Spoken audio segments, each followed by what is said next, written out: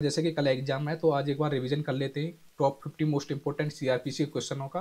क्योंकि अगर एक बार इन क्वेश्चनों को आप एग्जाम से पहले करके जाओगे तो इन क्वेश्चनों में से आपके कुछ क्वेश्चन आपके एग्जाम में पूछे जा सकते हैं। तो विदाउट वेस्टिंग टाइम आज की इस क्लास को स्टार्ट करते हैं। अगर आपको इस क्लास की पीडीएफ चाहिए तो मैं जो है क्लास के एंड में बताऊंगा कि इस क्लास की जो पीडीएफ आपको कैसे प्रोवाइड होगी। अब मैं डायरेक्ट आपको आंसर बताऊंगा, ना कि ऑप्शन पढ़ के बताऊंगा। एंड अगर आप लोग इस चैनल पर नए हैं तो सबसे पहले आप लोग हमारे यूट्यूब चैनल को सब्सक्राइब कर लें विदाउट वेस्टिंग टाइम। तो आज की इस क्लास को स्टार्ट करते हैं। तो दोस्तों क्वेश्चन नंबर, हाँ एक बार और तो वीडियो को पूरा वॉच करें क्योंकि सारी क्वेश्चन आपके वेरी वेरी इंपॉर्टेंट है। तो क्वेश्चन नंबर 1 में पूछा है कि दंड प्रक्रिया संहिता की धारा 167 में प्रावधान है कि हिरासत की प्राकृतिक न्याय हिरासत से पुलिस हिरासत में और इसके विपरीत परिवर्तित की जा सकती है। परिवर्तन प्रथम दृष्टा का कारावास की अवधि के दौरान किया जा सकता है। मतलब जो न्यायिक हिरासत से पुलिस हिरासत में और इसके विपरीत परिवर्तित किया जा सकता है। प्रथम परिवर्तन प्रथम दृष्टा मतलब फर्स्ट पीरियड कितनी अवधि होनी चाहिए, 15 दिन, 16 दिन या 14 दिन या 12 दिन। ड्यूरेशन, इसमें टाइम ड्यूरेशन पूछा है, मतलब टाइम पीरियड पूछा है कि मतलब विपरीत परिवर्तन की जा सकती है, तो वो है 15 दिन। Question number 1 option, question number 1 का जो राइट आंसर हो जाएगा वो हो जाएगा option number A is the right answer. And अब बात करते हैं क्वेश्चन नंबर 2 के बारे में।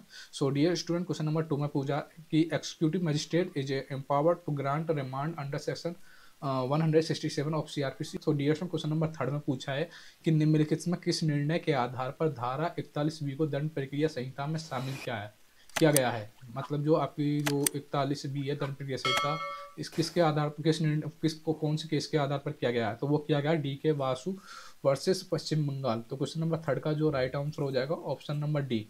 इस डी के वासु वर्सेस पश्चिम बंगाल के राज्य केस के निर्णय के आधार पर 41B को दंड प्रक्रिया संहिता में शामिल किया गया है। एंड अब बात करते हैं क्वेश्चन नंबर 4 के बारे में। सो डियर क्वेश्चन नंबर 4 में पूछा है कि दलील सौदेबाजी केवल उन अपराधों के संबंध में लागू होती है जिनके लिए कारावास की सजा कितनी अवधि तक है। ऑप्शन ए 7 साल, ऑप्शन बी 2 साल, ऑप्शन सी 10 साल या ऑप्शन डी 5 साल। तो बेसिकली जो 7 साल वाले जो आपके केस हैं, मतलब 7 साल वाले जो मतलब आपकी जो सजा है अधिकतम यही है, अवधि है। तो क्वेश्चन नंबर 4 का जो option number A is the right answer हो जाएगा। एंड अब बात करते हैं क्वेश्चन नंबर 5 के बारे में।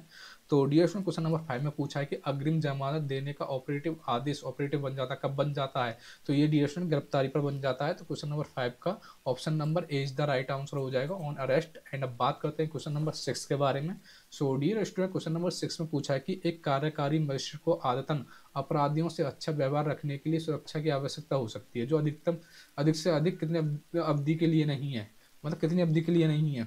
Option A 6 month, option B direct 2 वर्ष है, मतलब 2 वर्ष के लिए अवधि के लिए नहीं है। तो क्वेश्चन नंबर 6 का option number C is the right answer हो जाएगा। ऑप्शन पढ़ने में मतलब कोई फायदा नहीं, डायरेक्ट आंसर बता रहा हूँ मैं आपको। क्वेश्चन नंबर 7 में पूछा है कि सीआरपीसी की धारा 468 के तहत 3 वर्ष से अधिक की सजा वाले अपराध के लिए परिसीमा अवधि है, तो इसके लिए कोई मतलब अवधि नहीं है, नो लिमिटेशन। तो क्वेश्चन नंबर 7 का option number D is the right answer हो जाएगा। एंड यहीं पर बात करते हैं क्वेश्चन नंबर 8 के बारे में। तो इसमें पूछा है कि परीक्षण पहचान परेड किस क्षेत्र से संबंधित है। डियर स्टूडेंट, जो परीक्षण पहचान परेड जो संबंधित है आपकी इन्वेस्टिगेशन मतलब जांच से संबंधित है। क्वेश्चन नंबर 8 का option number A is the right answer हो जाएगा। एंड अब बात करते हैं क्वेश्चन नंबर 9 के बारे में। तो इसमें पूछा है कि मजिस्ट्रेट द्वारा विचारणे गैर जमानती अपराध में धारा 437 सीआरपीसी के तहत जमानत के लिए आवेदन न्यायालय के समक्ष प्रस्तुत किया जा सकता है। कब किया जा सकता है, वो किया जा सकता है एक तो magistrate complaint to try the case, and option C as is important option, इसमें पूछा है कोर्ट ऑफ सेक्शन सत्र न्यायालय। तो जो उसका राइट आंसर है वो ऑप्शन नंबर डी है, क्योंकि मामले की सुनवाई करने के लिए सक्षम मजिस्ट्रेट एंड सत्र न्यायालय। तो option number D is the right answer हो जाएगा क्वेश्चन नंबर 9 का। एंड अब बात करते हैं क्वेश्चन नंबर 10 के बारे में। तो इसमें पूछा है कि मजिस्ट्रेट को धारा 259 सीआरपीसी के तहत किसी अपराध से संबंधित समन ट्रायल मामले में वारंट ट्रायल मामले में परिवर्तित करने का अधिकार है। वो कौन से मतलब अधिकार है, वो है 6, जहाँ सजा की अधिकतम अवधि 6 महीने हो, जहाँ सजा की अवधि 6 महीने हो। क्वेश्चन नंबर 10 का option number B is the right answer हो जाएगा। एंड अब बात करते हैं क्वेश्चन नंबर 11 के बारे में। सो क्वेश्चन नंबर 11 में पूछा कि दंड प्रक्रिया संहिता 1973 की धारा 306 के अंतर्गत क्षमा प्रदान करने के लिए है क्या होना चाहिए। ऑप्शन नंबर क्या होना चाहिए, मतलब क्षमा दान करने के लिए क्षमा पाने वाले व्यक्ति को पुलिस में होना हिरासत आवश्यक नहीं है। तो option number C is the right answer हो जाएगा क्वेश्चन नंबर 11 का। डायरेक्ट ऑप्शन नहीं, डायरेक्ट आंसर पढ़ रहा हूँ मैं। एंड अब बात करते हैं क्वेश्चन नंबर 12 के बारे में। इसमें पूछा कि दंड प्रक्रिया संहिता 1973 की धारा 357 के अंतर्गत दिए जाने वाला अधिकतम संभव मुआवजा क्या होना चाहिए, वो न्यायाधीश के विवेक के ऊपर निर्भर करता है। तो क्वेश्चन नंबर 12 का जो राइट आंसर हो जाएगा option number D is the right answer हो जाएगा। एंड अब बात करते हैं क्वेश्चन नंबर 13 के बारे में। तो इसमें पूछा है कि सीआरपीसी की किस धारा के तहत अभियुक्त को अपनी पसंद के वकील द्वारा बचाव करने का अधिकार है। सिंपल है, धारा 303 मतलब section 303। Option number C is the right answer. Section 303 के थ्रू एक्यूज अपने पसंदीदा एडवोकेट का चुनने का मतलब अधिकार, राइट है। तो क्वेश्चन नंबर 13 का option number C is the right answer हो जाएगा। एंड बात करते हैं क्वेश्चन नंबर 14 के बारे में। So question number 14 is also is very very important question. इसमें पूछा है कि पारस्परिक रूप से संतोषजनक निपटान करने में दंड प्रक्रिया संहिता 1973 की धारा 265 के तहत दलील सौदेबाजी की प्रक्रिया में कौन कौन भाग ले सकता है। तो डियर स्टूडेंट, जो दलील सौदेबाजी में भाग ले सकता है वो अभियुक्त भी लग सकता है, मतलब एक्यूज्ड भी लग सकता है, विक्टिम मतलब पीड़ित भी ले सकता है, जांच करने वाला पुलिस अधिकारी भी ले सकता है और सरकारी वकील भी ले सकता है। तो क्वेश्चन नंबर 14 का जो राइट आंसर हो जाएगा option number C is the right answer. And अब बात करते हैं क्वेश्चन नंबर 15 के बारे में। So dear student, question number 15 में पूछा है कि दंड प्रक्रिया संहिता 1973 की धारा 438 के अंतर्गत कोई व्यक्ति अग्रिम जमानत के लिए आवेदन प्रस्तुत कर सकता है।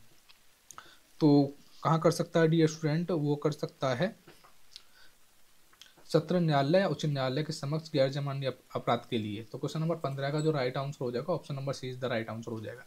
एंड अब बात करते हैं क्वेश्चन नंबर 16 के बारे में। तो इसमें पूछा धारा 162 सीआरपीसी के तहत संरक्षण उपलब्ध है। तो संरक्षण उपलब्ध किसके लिए है, वो एक्यूज के लिए, मतलब आरोपी के लिए। तो क्वेश्चन नंबर 16 का option number A is the right answer हो जाएगा। एंड अब बात करते हैं क्वेश्चन नंबर 17 के बारे में। इसमें पूछा न्यायालय को अभियुक्त की जांच करने का अधिकार है, तो वो कौन से सेक्शन, कौन सी धारा के अकॉर्डिंग है। What is the correct answer, question number 17। तो डियर स्टूडेंट, इसका जो राइट आंसर है क्वेश्चन नंबर 17 का अभी बताया सेक्शन 13, धारा 313। एंड अब बात करते हैं क्वेश्चन नंबर 18 के बारे में। तो इसमें पूछा है कि सारांश परीक्षण के मामलों में कारावास की अधिकतम अवधि कितनी है। तो वो है आपकी 3 मंथ, 3 महीने। तो क्वेश्चन नंबर 18 का option number B is the right answer हो जाएगा।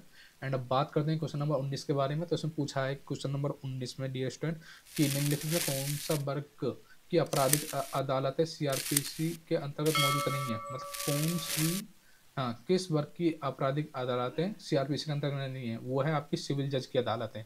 तो क्वेश्चन नंबर 19 का option number C is the right answer हो जाएगा। एंड अब बात करते हैं क्वेश्चन नंबर 20 के बारे में। Question number 20 is very very important, ये रिपीटेड क्वेश्चन है, कई बार पूछा जाता है आपके एग्जाम में। तो इसमें पूछा किस धारा के तहत गिरफ्तार व्यक्ति पूछताछ के दौरान अपने वकील से मिलने का अधिकार है, वो है सेक्शन 41T 41D, मतलब धारा 41T। तो धारा 41 के थ्रू मतलब कोई भी एक्यूज अपने पसंदीदा एडवोकेट से मिलने का अधिकार है। तो 20 का जो राइट आंसर हो जाएगा ऑप्शन नंबर ए। एंड अब बात करते हैं क्वेश्चन नंबर 21 के बारे में। तो इसमें पूछा है कि निम्नलिखित में से कौन सी धारा अग्रिम जमानत का प्रावधान करती है। What is the correct answer, question number 21। तो डियर जो आपकी धारा 438 है, सेक्शन 438 जो धारा है जो है ये अग्रिम जमानत का प्रावधान करती है। तो क्वेश्चन नंबर किसका option number B is the right answer हो जाएगा।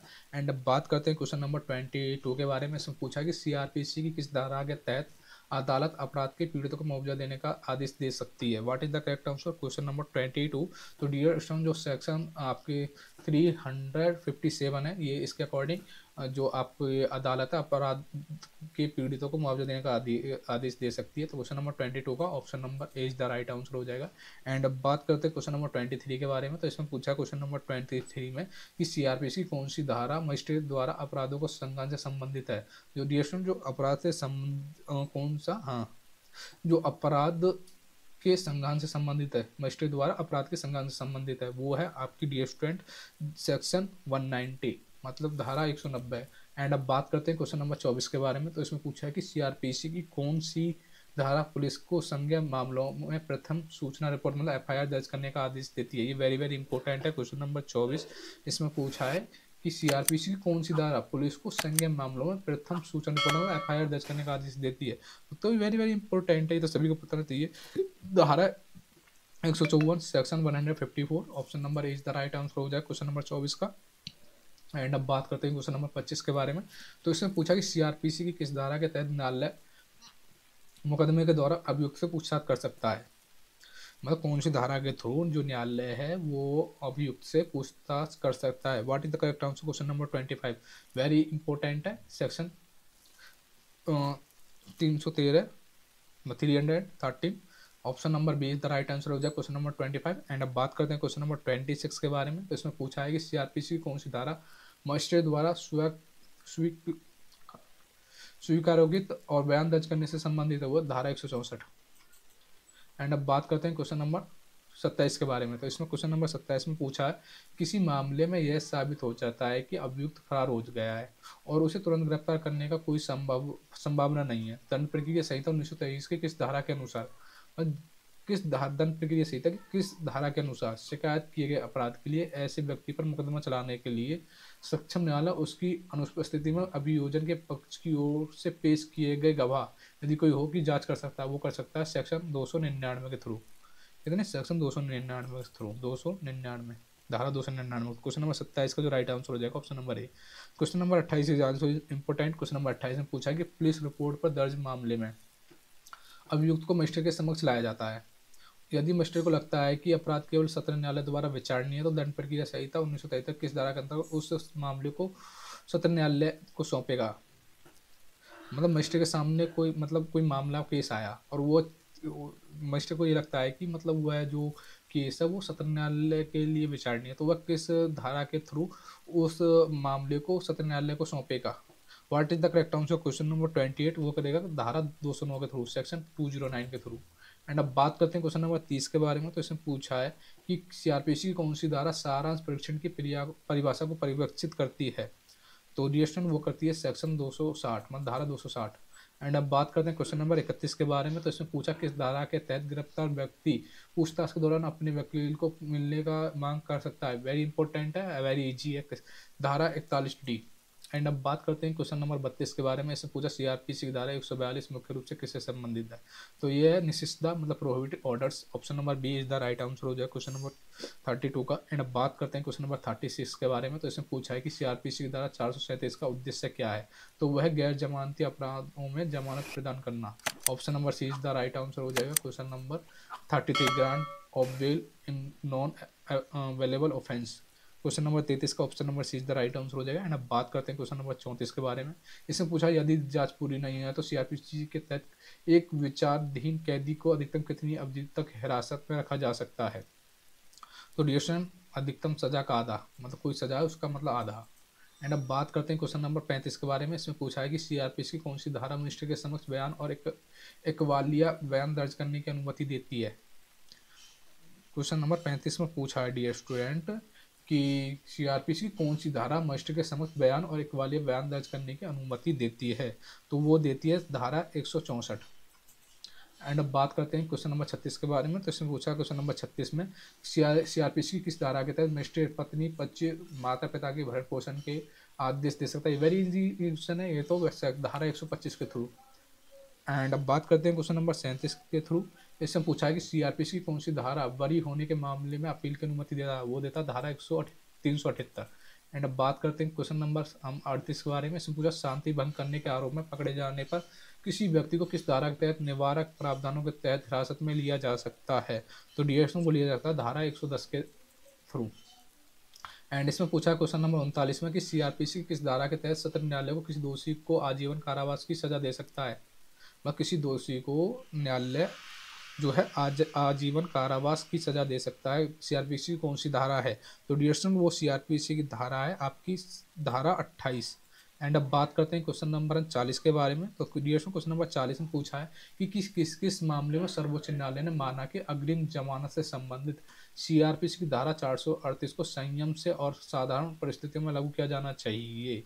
तो वो गुरबख्श सिंह सिवैया वर्सेस पंजाब राज्य है। Option number A is the right answer हो जाएगा। एंड अब बात करते हैं क्वेश्चन नंबर 41 में। इसमें पूरा दंड प्रक्रिया संहिता की धारा 2H इस शब्द की परिभाषा करती है। क्या करती है 2H दंड प्रक्रिया संहिता की धारा। तो डिस्ट्रिक्ट ये करती है आपकी इन्वेस्टिगेशन, मतलब जांच करती है। एंड अब बात करते हैं 42 के बारे में। तो इसमें पूरा दंड प्रक्रिया संहिता में पीड़ित को परिभाषित किया गया है।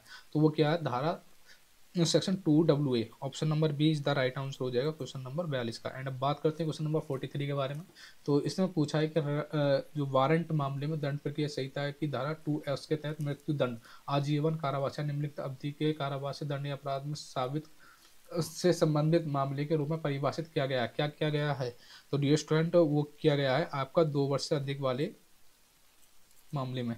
एंड अब बात करते हैं अब क्वेश्चन नंबर 44 में। इसमें पूछा निम्नलिखित में कार्यवाही न्यायिक कार्य क्या है, मतलब जुडिशल प्रोसीडिंग कौन सी है इनमें? तो डियर स्टूडेंट, वो है आपकी पूछताछ और परीक्षण, इंक्वायरी एंड ट्रायल। एंड बात करते हैं क्वेश्चन नंबर 45 के बारे में। इसमें जो समन मामले का अर्थ है किसी अपराध से संबंधित मामला जो दंडनीय है। तो इसमें मतलब कितने अवधि के लिए कारावास है समन मामले का अर्थ? 45 का। तो वो है आपका 2 वर्ष से अधिक वाले कारावास। Option number D is the right answer हो जाए क्वेश्चन नंबर 45। इसमें पूछा है क्वेश्चन नंबर 46 में डियर स्टूडेंट कि दंड प्रक्रिया संहिता संशोधन अधिनियम 2008-2009 का 5 के अनुसार, जिसमें दंड प्रक्रिया संहिता की धारा 2 में खंड वाला और जो पीड़ित को एक ऐसे व्यक्ति के रूप में परिभाषित करता है जिसने किसी कार्य या चूक के कारण कोई नुकसान या चोट उठाई है, जिसके लिए आरोपी व्यक्ति पर आरोप लगाया गया है, इसमें शामिल है। मतलब क्या शामिल है? तो डियर स्टूडेंट, वो शामिल है आपका पीड़ित का अभिभावक या कानूनी अधिकारी। Option number B is the right answer हो जाएगा। एंड अब बात करते हैं क्वेश्चन नंबर 47 के बारे में। तो क्वेश्चन नंबर 47 पूछा है कि संज्ञेय मामले में पुलिस के पास निम्नलिखित शक्तियां होंगी। तो क्या होंगी पुलिस के पास निम्नलिखित शक्तियां? वो होंगी डियर स्टूडेंट, बिना वारंट के गिरफ्तार करने की शक्ति और जांच करना। एंड अब बात करते हैं क्वेश्चन नंबर 48 के बारे में। तो इसमें पूछा है कि राज्य सरकार अधिसूचना द्वारा किसी शहर या कस्बे को दंड प्रक्रिया संहिता के प्रयोजन के लिए जनसंख्या के आधार पर महानगर घोषित किया हो, कम से कम 10 लाख से अधिक हो तब महानगर घोषित किया जा सकता है। तो क्वेश्चन नंबर 48 का option number is the right answer हो जाएगा। एंड क्वेश्चन नंबर 49 में पूछा है कि दंड प्रक्रिया संहिता की धारा 27 के तहत किशोर की आयु कितनी है? वो है 16 वर्ष। क्वेश्चन नंबर 49 का जो राइट आंसर हो जाएगा ऑप्शन नंबर ए। एंड अब बात करते हैं क्वेश्चन नंबर 50 के बारे में, जो लास्ट क्वेश्चन है। इसमें पूछा है कि एक मजिस्ट्रेट चोरी के आरोपी को दोषी ठहराता है, 1 वर्ष की कैद और 1000 का जुर्माना अदा न करने पर अभियुक्त को कारावास की अधिकतम सजा दी जा सकती है। कम से कम 1 साल कितनी जा सकती है? तो ड्यूरेशन वो दी जा सकती है कम से कम 9 महीने। आई होप मैंने थोड़ी सी ये क्वेश्चन पढ़े हैं, जल्दी जल्दी में पढ़े हैं, क्योंकि आपका जो एग्जाम में काफ़ी कम समय है, तो आपका एक बार रिवीजन हो जाएगा। अगर आपको इसकी पीडीएफ चाहिए तो आपका जो 63983040 जो हमारा व्हाट्सअप नंबर चमक रहा है, इस पर व्हाट्सअप मैसेज करके ले सकते हैं। लेकिन इसके पीछे कंडीशन है कि आपको हमारे चैनल को सब्सक्राइब करना होगा। एंड सब्सक्राइब का स्क्रीनशॉट हमारे व्हाट्सअप नंबर पर और इसकी पीडीएफ का नाम लेके हम आपको पीडीएफ सेंड कर देंगे आपके व्हाट्सअप के नंबर पर। एंड अगर आपको हमारे ऑल इंडिया बार एग्जाम 19 के जो व्हाट्सअप ग्रुप में जुड़ना हो तो नीचे लिंक डिस्क्रिप्शन में दे रखी है। एंड हमारे व्हाट्सअप के नंबर के भी थ्रू आप इस ग्रुप में जुड़ सकते हैं। इसमें कम से कम 800 से 900 स्टूडेंट हैं, जिसमें इंपॉर्टेंट नोट्स एंड सारे के सारे डिस्कशन उसी ग्रुप में होता रहता है। तो दोस्तों